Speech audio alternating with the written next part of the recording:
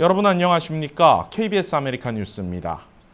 캘리포니아 내 정부 기관 중 가장 느리고 가장 짜증나는 곳, 바로 DMV를 꼽을 수 있죠. 그런데 올해 초부터 쇄신을 통한 업무 개선 작업이 어느 정도 성과를 내고 있습니다. 대기 시간이 반으로 줄면서 그동안 통과되지 못했던 한국과 캘리포니아의 운전면허 상호 인정 법안도 다시 탄력을 받게 될지 주목됩니다. 박시몬 기자입니다. 올해 초 LA 다운타운 DMV입니다. 건물 밖까지 늘어선 줄은 들어서기 전부터 사람을 지치게 만듭니다. 대기 시간이 길어지자 주민들의 불만은 최고조에 달했습니다. 상황이 이렇게 되자 캘리포니아주는 1,600만 달러의 예산을 투입했으나 개선될 조짐은 보이지 않았습니다.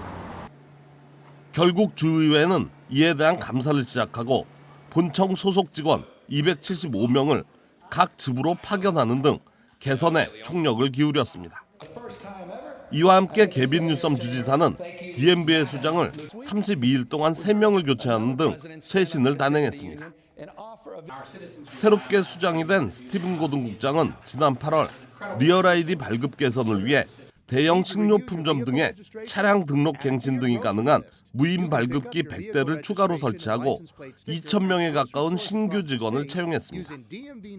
이 같은 노력에 힘입어 DMV의 개혁은 어느 정도 성과를 나타내고 있습니다. 지난 9월 DMV가 작성한 보고서는 지역 DMV 사무소를 늘리고 직원 충원을 통해 민원인 대기 시간과 불편을 줄였다는 내용이 담겨 있습니다. 이 중 가장 눈에 띄는 부분은 민원 대기 시간입니다. 현재 민원인이 예약 없이 DMV를 방문할 경우 평균 38분을 기다린 뒤 리얼 아이디나 운전면허증 신청 또는 갱신 등의 업무를 볼 수 있습니다. 이는 1년 전 평균 73분을 대기했던 것에 비해 48% 줄어든 수치입니다.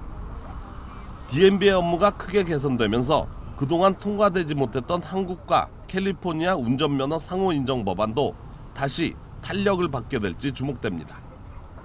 앞서 앤서니 포르탄티노 의원이 발의했던 법안은 전체 회의 상정 직전 제리 브라운 당시 주지사에 의해 심의가 중단된 바 있습니다. 당시 가장 큰 이유가 리얼 아이디 발급으로 인한 DMV 업무 적체였습니다. 이후 관련 법안은 올해 초 다시 샤론 쿼 실바 의원이 재발의해 하원 교통위까지 통과했습니다. 향후 DMV의 대기 시간이 줄고 리얼 아이디 발급도 순조롭게 진행될 경우 관련 법안 통과의 가능성도 그만큼 높아질 것으로 보입니다. KBS 뉴스 박시몬입니다.